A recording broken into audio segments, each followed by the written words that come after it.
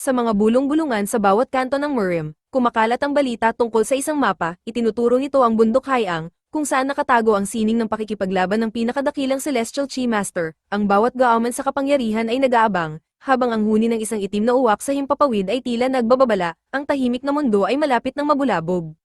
Isang nakabibinging pagsabog ang nagmula sa aking kinatatayuan. Naramdaman ko ang pagyanig ng bundok kasabay ng paglitaw ng nakasisilaw na liwanag. Sa gitna ng makapal na alikabok at usok, humakbang ako palabas ng madilim na kuwebang naging kulungan ko sa mahabang panahon. Hinawakan ko ng mahigpit ang aking espada, ang kumikinang nitong talim ang tanging nagbibigay ng liwanag sa aking madilim na anyo. Huminga ako ng malalim, malaya na ako, bulong ko sa sarili. Seryoso ang aking tingin sa abot tanaw. May kailangan akong tapusin, tunungala ako sa langit. Asul pa rin pala ito, katulad ng huling beses na nakita ko ito nung bata pa ako. Isang pait ng nostalgia ang humaplo sa akin. Sino nga ba ako bago ang impyernong ito? Malabo ang lahat, maliban sa isang mithiin paghihiganti. Naalala ko ang malamig na mata ng matandang iyon. 10 taong gulang pa lamang ako noon, isa sa 100 batang pananggapkuan ng dakilang tadhana. Pagkalipas ng 10 taon, kailangan ninyong iligtas ang mundo, wika ng Celestial Chi Master. Ang kanyang mga utos ay batas, at kaming mga bata ay walang nagawa kundi sumunod sa kanyang malalamig na titig. Nagsimula ang lahat sa paghinga, ang pagsipsip ng celestial at terrestrial na enerhiya. 3 taon kaming nagpakadalubhasa sa Free Power Sword Art. Sabi ng Master, magiging mga martial god kami. Pinaasa niya kami. Ipinasok kami sa isang pinto upang di umano'y magsanay ng malaya, ngunit ang tumambad sa amin ay isang bitag. Ang kuweba ay hindi santuwaryo, ito ay isang lisyang espasyo na puno ng nakamamatay na hamog at baluktot na enerhiya. Ang matanda ay hindi guro, siya ay isang demonyo. Hindi ko malilimutan ang unang pagsugod ng mga halimaw, mga kalansay, demonyong hayop, at ang higanting ahas na tila galing sa pusod ng impyerno. Kunin niyo ang inyong mga espada, sigaw ng isa sa mga kasama ko. Hindi ako nag-atubili. Araw-araw ay naging bangungot ng pagpatay para lamang mabuhay. Isa-isang noligas ang aking mga kaibigan. Sa huli, ako na lang ang natira. Nakita ko ang huling kaibigang nagagaw buhay. Mabuhay ka, anuman ang mangyari, pakiusap niya. Narating ko ang isang mataong lungsod. Ang ingay at gulo ng mga tao ay bago sa aking pandinig. Pumasok ako sa isang taberna, bitbit ang aking espada na walang kaluban. Naramdaman ko ang mga titig ng mga tao, lalo na ang isang grupo ng mga aristokrates sa gilid. Isang babaeng nagngangalang Josiolion at ang kanyang kapatid na si Joey ang tila kanina pa nagmamasid sa akin. Narinig ko ang bulungan nila tungkol sa kakaiba kong aura at sa kalidad ng aking sandata, ngunit wala akong pakialam. Gutom na ako, inilapag sa harap ko ang isang mangkok ng noodles. Natigilan ako, gaano na ba katagal mula nang makakita ako ng tunay na pagkain? Sa unang subo, tila bumalik ang lasa ng buhay sa aking dila. Kay sarap, ngunit ang kasarapan ay napalitan ng gulat ng hingi ng waiter ang bayad. 5 pon, aniya, napakurap ako, wala akong pera, sa loob ng kuwebang iyon, walang halaga ang salapi. Nagalit ang waiter at nagsabing ang aking espada ang aking ibayad. Hindi mo ito pwedeng kunin, mariin kong sabi. Ang espadang ito ay hindi lang bakal, ito ang buhay ng aking kaibigan. Sumigaw ang waiter at dahil sa nangyari ang ibang customer ay nabakwing ang tingin sa amin. Bago pa man mauwi sa gulo, isang malambot na tinig ang namagitan. Si Siolion, binayaran niya ang aking kinain at pinakalma ang sitwasyon. Nagkatinginan kami, may kakaiba sa kanyang ngiti. Hindi ko alam kung paano magpasalamat, nakalimutan ko na kung paano makipagkapwa-tao. Tumalikod ako at lumabas ng taberna nang walang imik. Narinig ko pa ang pagsabi ni Join na wala raw akong utang na loob, ngunit hindi ko na sila nilingan. Habang naglalakad palayo si Hayangwo, hindi maalis ni Solyon ang tingin sa kanya, alam ng dalaga na ang sandatang dala ng lalaki ay isang tanyag na espada na maaaring pag-intersen ng iba, lalo na't wala itong kaluban. Nagpa siya si Solyon na sundan ng misteryosong lalaki, samantala, ilang kanto ang layo, bahagyang napangiti si Hayangwo habang naglalakad, sa loob-loob niya, may kaunting pagsisisi siyang naramdaman, dahil sa pagbayad ni Joe Solyon ng kinain niya sana ay nagapasalamat man lang siya. Habang naglalakad ako sa labas, hindi ko batid ang ingay sa loob ng Drunken Clouds Pavilion. Doon, nagtitipon ang mga mandirigma ng Murim Alliance. Ramdam ang kaba at excitement sa kanilang mga boses dahil sa balitang ang pinuno mismo ng alyansa ang kikilos. Nabanggit ng matandang si Sima ang pangalang nagpapakulo ng dugo ko, si Chian Giha. Ayon sa kanila, siya ang pinakadakilang, eccentric, na may sining ng lightning shadow blade. Pinag-uusapan nila ang alamat, kung paano niya ginawang master ang isang lagalag sa loob ng 3 taon, na kalaunan ay naging kaaway ng mundo. Ngayong lumitaw ang mapa ng kanyang mga teknik sa Joe Mansion, ang buong Murim ay parang mga asong nag-aagawan sa buto. Sa isang sulok ng pavilion, nagtatalo ang magkapatid. Pinagbabawalan ni Joey ang kanyang kapatid na babae, tinawag akong bastos at walang modo ng kanyang kapatid. Pinilit ng dalagang ipagtanggol ako, ngunit sa huli, wala siyang nagawa kundi manahimik ng kampihan ni si Machol ang kanyang kapatid. Mananatili siya sa ilalim ng proteksyon ng alyansa, malayo sa landas na tinatahak ko. Naglalakad ako sa mataong kalye ng Tianga, pinagmamasdan ng buhay na ipinagkait sa akin ng mahabang panahon. Nakikita ko ang dalawang tao na nag-uusap at nagtatawaran. Sa kabilang kanto, isang lalaki ang tumutugtog ng pluta, ang musika ay tila haplos sa pusong pagod. Napatigil ako nang makakita ako ng isang ina na binibilan ng regalo ang kanyang anak. Ang ngiti ng bata, sakit. Bigla kong naalala si Aksegi. Tumakas tayo, Hayong-woo, gawin natin ang lahat ng hindi natin nagawa noon, sabi niya sa akin noon. Gusto niyang bisitahin ko ang ama niya, pero sabi ko, siya dapat ang gumawa noon. Pero sa loob ng madilim na kuwebang iyon, nang sumalakay ang halimaw, hindi ako nakakilos agad. Tumalon si Aksegi sa harap ko. Sinalo niya ang kamatayan na dapat ay para sa akin. Habang naglalaho ang kanyang katawan sa isang maliwanag na liwanag, naiwan akong mag-isa.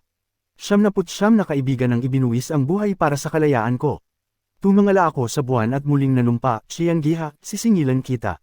Bumalik ako sa tavern, umaasang makikita ko ang dalaga para man lang magpasalamat. Pagsilip ko sa pinto ay nakita ko siya ngunit. Narinig ko ang usap-usapan tungkol sa Mount Haiyang. Mula sa malayo, nakita ko ang isang malaking grupo ng mga mandirigma. Nakita ko siya, ang dalaga, kasama sa hanay. Bakit sila papunta roon? Iyon ang kuwebang kapapanggalingan ko lang. Palihim ko silang sinundan hanggang sa paanan ng bundok, pinapanatili ang distansya habang nagmamasid sa dilim. Habang nagpapahinga ang alyansa, biglang nabasag ang katahimikan. Sumalakay ang mga tauhan ng Green Forest sa pamumuno ng Blood-Eating Demon. Napakabilis ng pangyayari, maging ang mga miyembro ng demonic cult ay tila nakihalo na rin sa gulo. Nakita ko ang pagbagsak ng mga tauhan ng alyansa, ang lupa ay nagsimulang madilig ng dugo.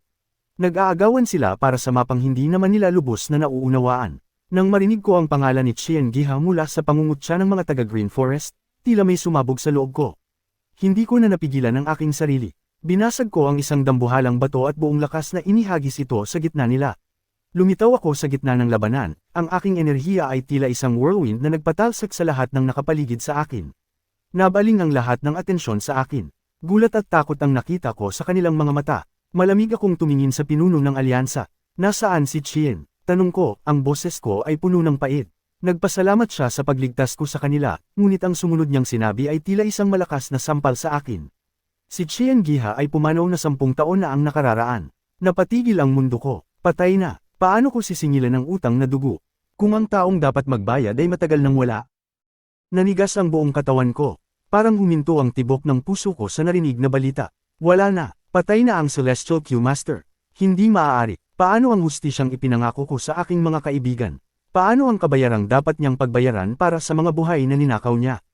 Ang salitang, wala na, ay paulit-ulit na umalangaw sa isipan ko, tila isang sumpa.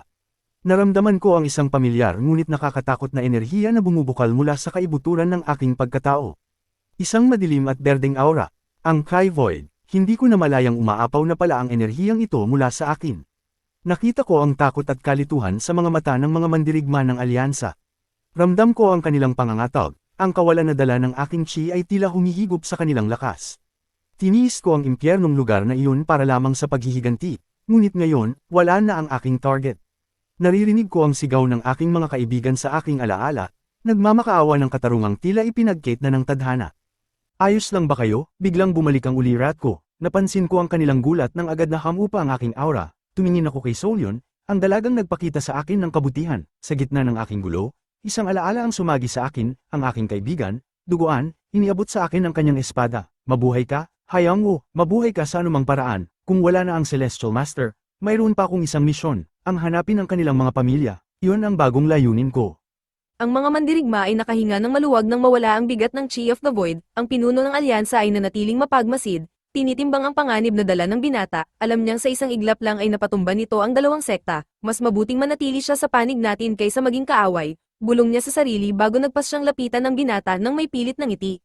Lumingon sa akin si Solyon at ang kanyang kasama, nakiusap ang dalaga sa matandang lalaki na isama ko sa kanilang paglalakbay, magtrabaho ka sa aming escort agency, alok ng matanda, agency, tanong ko, napakunot ang luko, ano yun, nagtawanan ng ilang mandirigma, tinatawag akong mangmang na taga-bundok. Nang pabulong, ipinaliwanag ni Solyon na ito ay isang negosyo na nagpoprotekta sa mga kalakal at tao, tinanggap ko ang alok, hindi dahil sa pera, kundi dahil ito ang paraan para makagalaw ako sa rehiyong ito. Habang nag-uusap ang grupo, dalawang mandirigma ang nakatitig sa asol na aurang nagmumula sa espada ni Hayangwo. Sayang ang sandatang iyan sa kamay ng isang taong bundok. Anya ng isa, nagpalitan sila ng makahulugang ngiti, plano nilang agawin ang espada sa oras na makatuntong sila sa Mount Hengshan. Narating namin ang paanan ng Mount Hengshan, ang paligid dito ay malamig at puno ng misteryo, habang ang iba ay abala sa paghanap ng kuweba para sa secret manual, nanatili akong tahimik, nakikita ko ang kanilang pagkabigo, ni hindi nila makita ang pasukan, hukayin na lang kaya natin, mungkahi ng isa, na agad namang sinalungat ng iba, pumikit ako at nag-concentrate, ramdam ko ang daloy ng enerhiya sa bundok na ito, alam ko kung nasaan ang pasukan. Tumakbo ako at buong liksi na umakyat sa matarik na bahagi ng bundok, na tila mga hagdan lamang ang mga bato para sa akin, huminto ako sa harap ng isang tumpok ng mga bato, narito ang pasukan, sabi ko sa kanila nang makarating sila sa itaas. Paano mo nalaman? Gulat na tanong ng pinuno, dito ako dating nakatira, maikli kong sagot, nakita ko ang pagkamangha sa mga mata ni Solyon, habang ang iba ay lalo lang akong minalit, humarap ako sa pinuno at sa kanyang estratehista, wala kayong makikitang mahalaga sa loob, babala ko, ang tanging nandoon ay kadiliman at mga alaala ng mga pumanaw. Ngunit hindi sila nakinig, pumasok sila sa kuweba ng may kisabikan, iniwan ako sa labas, lalapitan sana ako ni Solyon nang bigla siyang hatakin ng isang mandirigma, masama ang tingin nito sa akin, siguradong especially iya ka ng Green Forest, at ang espadang yan, ibigay mo sa amin kung gusto mong patunayan na inosente ka. Hinawakan ko ng mahigpit ang aking sandata, ang pamilyar na bigat nito ay nagpapaalala sa akin ng aking pangako, inuutusan mo ba akong ibigay ito? Tanong ko sa mahinaong tono, ngunit may talam, kung nakuha mo ang mensahe, ibigay mo na, sigaw niya. Tumingin ako sa kanya ng diretso, ipinagkatiwala ito sa akin ng isang kaibigan, hindi ko ito ibibigay kahit kanino, kahit sa iyo. Nararamdaman ko ang bawat yabag nila sa tuyong lupa habang pinalilibutan nila ako. Dalawa silang mandirigma, puno ng yabang ang mga mukha, pilit akong tinatakot sa gilid ng bundok na ito. Ngumisi ang isa, tila naniniwalang madali niya akong mapatutumba para makuha ang aking sandata. Sa malayo, nakita ko ang batang si Seolyo na akmang sasaklolo, ngunit mabilis siyang pinigilan ng kanyang kapatid. Nanatili akong kalmado, ipinikit ko ang aking mga mata, hinahayaan ang aking pandama na iguhit ang bawat anggulo ng kanilang pagkilos. Pagdilat ko, tanging talas na lamang ng focus ang natitira. Handa na ako, sabay silang sumugod, isa sa harap, isa sa likod. Isang klasikong double attack upang ikulong ako. Sa isang iglap, yumuko ako ng mabilis, hinahayaan ang kanilang momentum na maging sarili nilang kalaban. Nagulat sila sa bilis ko, bago pa man sila makabawi, nalantad na sila sa aking ganti. Ibigay mo ang espada kung ayaw mong masaktan. Sigaw ng isa, desperadong itago ang kanyang takot. Hinawakan ko ang hawakan ng aking sandata. Naramdaman ko ang pamilyar na kuryente ng lilang enerhiya sa aking mga mata. Habang ang isang malakas na aura ay nagsimulang bumalot sa aking buong pagkatao. Isang boses na puno ng awtoridad ang bumasag sa tensyon. Hinto, napahinto ang dalawa, nanginginig habang binabanggit ang titulo ng Alliance Leader. Lumabas ang pinuno mula sa dilim ng kuweba, kasunod ang kanyang mga tauhan na may madidilim na ekspresyon. May hinahanap sila, ang tinatawag nilang, lihim na sandata, ni Chiang Giha. Ngunit sa galit na tono, iniutos ng pinuno ang pag-atres. Bago umalis, binigyan ako ng dalawang mandirigma ng masamang tingin. Sinuwerte ka lang ngayon, bulong nila. Ngunit alam nating pareho na hindi swerte ang nagligtas sa kanila. Ayos ka lang ba? Tanong ni Seolyon, puno ng pag-aalala. Hindi ko maintindihan ang ibig mong sabihin sa ayos, sagot ko. Para sa akin, ang laban ay bahagi lang ng pag-iral. Ngumiti siya at nagpakilala bilang si Jo Seolyon Henen. Dan Hayongwo, maikli kong sagot. Nakita ko ang pagkamangha sa kanyang mga mata nang marinig ang pangalan ko. Kailangan na nating bumalik sa lungsod, wika ko. Tapos na ang pakikipagsapalaran ng Murem Alliance dito, isang bigong paghahanap. Habang naghahanda si Dan sa paglalakbay, ang lungsod ng Wuhan ay naging pugad ng kaguluhan, ang chismis ay parang apoy na kumalat, nahanap na raw ng Murem Alliance ang lihim na sandata at gagamitin ito upang sakupin ang mundo. Sa loob ng kanilang himpilan, hindi may pinta ang mukha ng pinuno, galit niyang hinampas ang mesa, walang sino man ang naniniwalang lumabas sila sa kuweba nang walang dala, ipinakita niya ang isang kahoy na kahon at isang sulat mula kay Chon Gija. Ang tanging alaala mula sa loob, isang matanda ang nagbasa sa nilalaman ng sulat, binanggit doon ang Blue Demon Child, na nagnanais maghasik ng dilim, ang tanging panlaban ay ang 100 mandirigmang nilikha ng Celestial Q-Master, na makokontrol lamang gamit ang yin-yang parasite. Nang buksan nila ang kahon, lumabas ang isang mahiwagang usok at isang kumikinang na bola, nagkaroon ng hinala ang pinuno at ang strategist, baka raw setup ito ng pamilyang Joe na nagbigay ng mapa, isang especially iya ang agad na ipinadala upang bantayan ang bawat kilos ng pamilya. Namangha ako sa laki ng mansyon ng pamilyang Joe pagdating namin. Pasensya na, Dan, hindi kita naibilhan ng sheath para sa espada mo. Paumanhin ni Seolyon, tumingin ako sa aking sandata, hindi kailangan ng aking espada ng kaluban, Paliwanag ko, walang anumang materyales ang makatatagal sa lakas ng enerhiya nito, ngunit sa sandaling yun, isang alaala ang sumagi sa isip ko, isang kaibigang nagmakaawa at humingi ng tawad bago mamatay. Hindi ko maintindihan kung bakit, lumingon ako kay Solyo nang may seryosong tingin, huwag na huwag kang hihingi ng paumanhin sa akin ng ganoon muli. Dinala ko ng direktor sa Henan Escort Agency upang magtrabaho bilang isang porter. Doon, sinalubong ako ng isang lalaking nagngangalang Jong Chil, sinubukan niya akong sindakan sa kanyang tikas at yabang, nang insultuhan ko ang kanyang pangangatawan, nag-init ang paligid, galit na lumapit ang ibang mga trabahador, naramdaman ko ang pagbalot ng madilim na aura sa aking katawan, habang tinititigan ko si Jong Chil, isa lang ang pumasok sa isip ko. Dapat ko na bang tapusin ng taong ito ngayon din? Nanlaki ang mga mata ng maskuladong lalaki, nakatitig sa puluhan ng aking espada. Isang porter, may dalang sandata. Singgal niya, ang boses ay puno ng huwad na awtoridad. Ibigay mo sa akin yan. Walang puwang ang isang gaya mo sa ganyang klaseng armas. Sinalubong ko ang kanyang tingin ng may malamig at kalmadong mga mata. Hindi ko maibibigay sa iyo ang espadang ito, maikli kong sagot. Hindi ko itinaas ang aking boses. Ngunit hinayaan kong umalinggaso ang aking pamatay na hangarin, isang bahagi ng nakamamatay na katahimikang na perpekto ko sa dilim. Tila naging malutong ang hangin sa pagitan namin. Pinanood ko ang pagkawala ng kulay sa kanyang mukha habang isang pisikal na panginginig ang tila gumapang sa kanyang gulugod. Napaatras siya, ang kanyang kayabangan ay nauwi sa isang mabuhay ng ngiwi. Gabi na, nauutol niyang sabi, tumitingin sa kung saan-saan maliban sa aking mga mata. Dapat na tayong tumigil muna. Pinanood ko siyang lumayo. Nagiging gawin na ito, tila dumarami ang mga taong nagkakainteres sa aking bakal kamakailan. Sa likuran niya, nagtawanan ang ibang mga trabahador, kinukutsa siya dahil natakot siya sa isang baguhan. Namumula sa hiya, sinigawan niya silang lahat na tumahimik at maghanda na sa pagtulog. Magandang gabi, sabi ko sa grupo, bumalik ang aking boses sa likas nitong kapanatagan.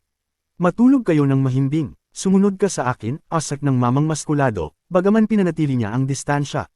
Doon ang tulugan natin. Habang sumusunod ako, nararamdaman ko ang init ng kanyang puot. Tahimik siya, ngunit maingay ang kanyang isip sa panunumpa ng paghihiganti. Naniniwala siyang kung wala ang pirasong ito ng bakal, wala akong silbi. Ang silid ay puno ng tunog ng mabibigat na paghinga at ritmong hilig. Hindi ako humiga, nanatili akong nakatayo sa sulok, dahan-daang ipinikit ang aking mga mata habang pinapaikot ang aking protektibong enerhiya, internal energy. Isang gawi ito na nagmula sa pangangailangan. Sa mga kuweba, ang paghiga ay katumbas ng kamatayan. Upang mabuhay, kailangang maging kuta ang iyong katawan, kahit sa pagtulog. Isang mabigat na presensya ang lumapit. Hindi ko kailangan ng mga mata upang makita siya. Naramdaman ko ang paggalaw ng hangin habang gumagapang ang maskuladong lalaki sa dilim, hinahanap ang aking pwesto. Pak! Kumilos ang kamay ko sa bugzo ng instinto, isang malakas na sampal na nagpatalsik sa kanya sa hangin. Bumagsak siya sa sahig, hawak ang kanyang mukha. Tuliro ang tingin na tila ba nakabangga siya sa isang matigas na haligi. Nang tumingala siya, nakita niya ako. Nakatayo ako ng walang kagalaw-galaw, nakapikit ang mga mata, tila nasa malalim at nakatayong pagtulog. Natigilan siya, pidyo ang hininga sa gulat. Ngunit, dinaig ng kasakiman ang kanyang takot. Iniunat niya ang kanyang kamay, nanginginig ang mga daliri habang papalapit sa aking espada. Biglang bumukas ang aking mga mata. Isang makapangyarihang asul na liwanag ang bumalot sa madilim na silid. Nanigas ang lalaki, paralisado ng isang nakamamatay na pressure na hindi pa niya naramdaman kailanman. Sa kanyang balintataw, nakita niya akong bumunot, isang kislap ng kumikinang na bakal, isang nakamamatay na hiwa na direkta sa kanyang leeg. Napasigaw siya, isang tunog ng purong takot, nagmamakaawa para sa kanyang buhay habang bumabagsak paatros. Ngunit hindi ako kumilos. Ang espada ay nasa loob pa rin ng kaluban. Reaksyon lang iyon sa multo ng sarili niyang kamatayan, isang halusinasyon na likha ng aking umaapaw na enerhiya. Isang alaala ang naglaro sa aking isipan, ang kuweba, ang walang katapusang gutom. Ang pagbabala sa isang kaibigan na kumain ng mabilis dahil ang mga kaaway ay nasa bungad na ng lagusan. Ang pagiging mapagmatsyag ay hindi isang pagpipilian, ito ay bahagi na ng aking pagkatao. Sumikat ang araw, at sa wakas ay naglabas ako ng malalim na hininga, nagising mula sa aking pagkakaidlip. Naroon pa rin ang lalaki sa sahig, nakatitig sa akin ng may mukha ng purong sindik. Sinubukan niyang magsalita, ngunit puro yuto lang ang lumabas. Bigla siyang nagpakawala ng isang prantikong sigaw at mabilis na lumabas ng silid. Napailing ako, talagang naguguluhan. Isang trabahador ang dumating agad, sumisigaw na lumabas na ang lahat sa courtyard. Sa labas, nagkalat ang mabibigat na kahoy na kahon at mga kariton. Mukhang nakakapagod ang trabaho. Itaas ko ang aking kamay, itinuon ang aking internal energy. Sa isang iglap, ilang malalaking kahon ang lumutang na tila walang bigat. Tumalon ako. Ang aking mga bota ay lamanding sa isang lumulutang na kahon, at sa pamamagitan ng sunod-sunod na tumpak at maindayog na sipa. Pinatalsik ko ang mga kahon sa hangin. Sa loob ng ilang segundo, perpekto na silang nakasalansan sa isang mataas na tore. Ganito ba ang paggawa nito?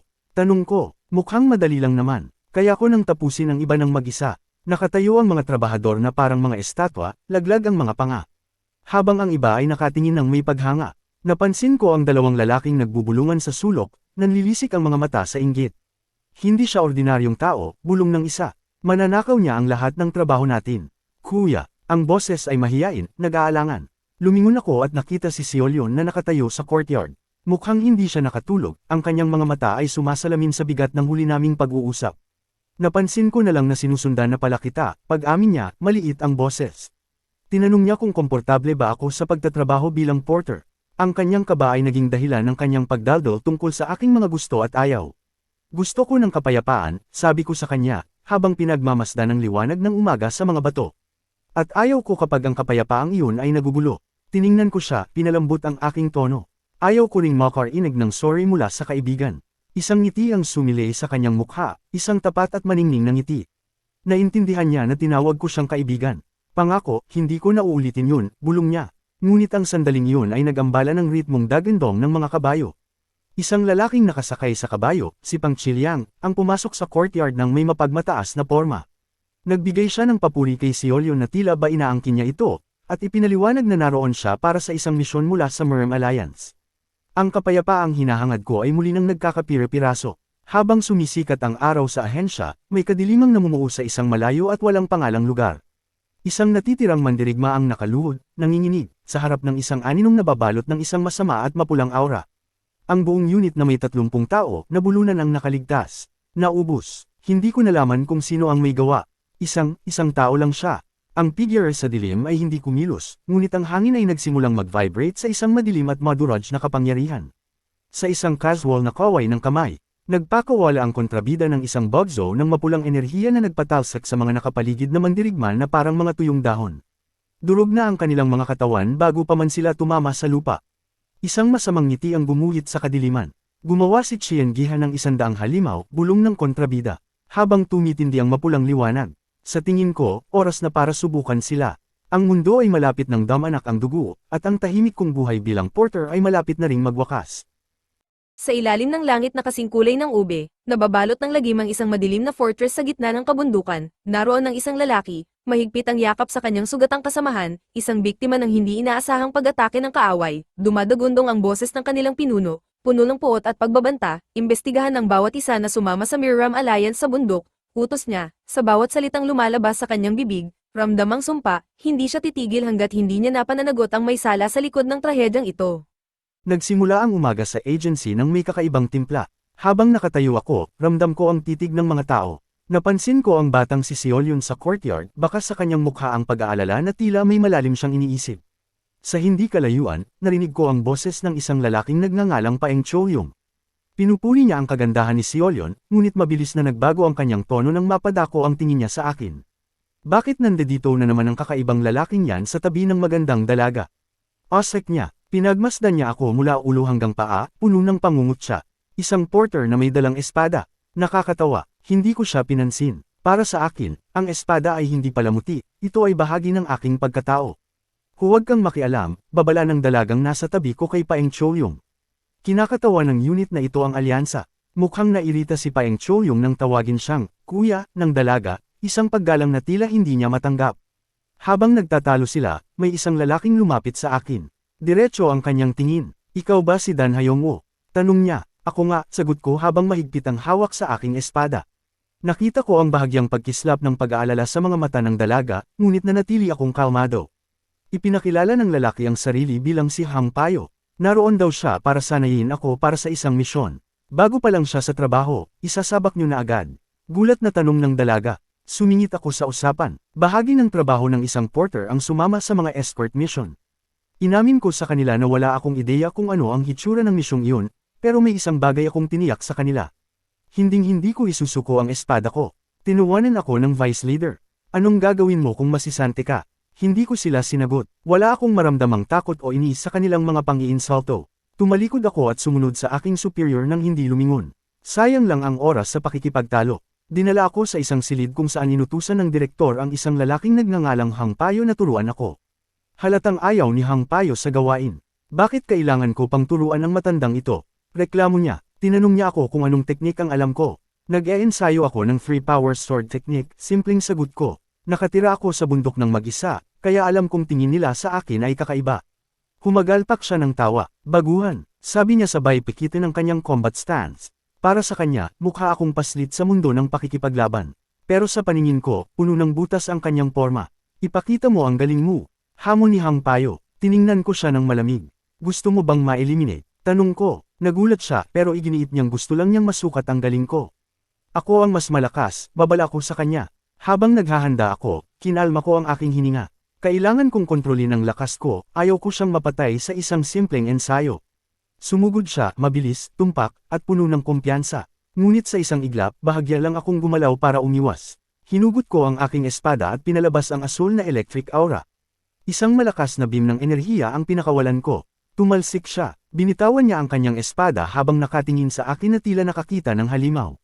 Mula noon, nagbago ang turing sa akin ni Hang Payo. Napagtanto niyang isa akong Supreme Master. Pinatuloy niya ako sa bahay niya para turuan tungkol sa normal na mundo.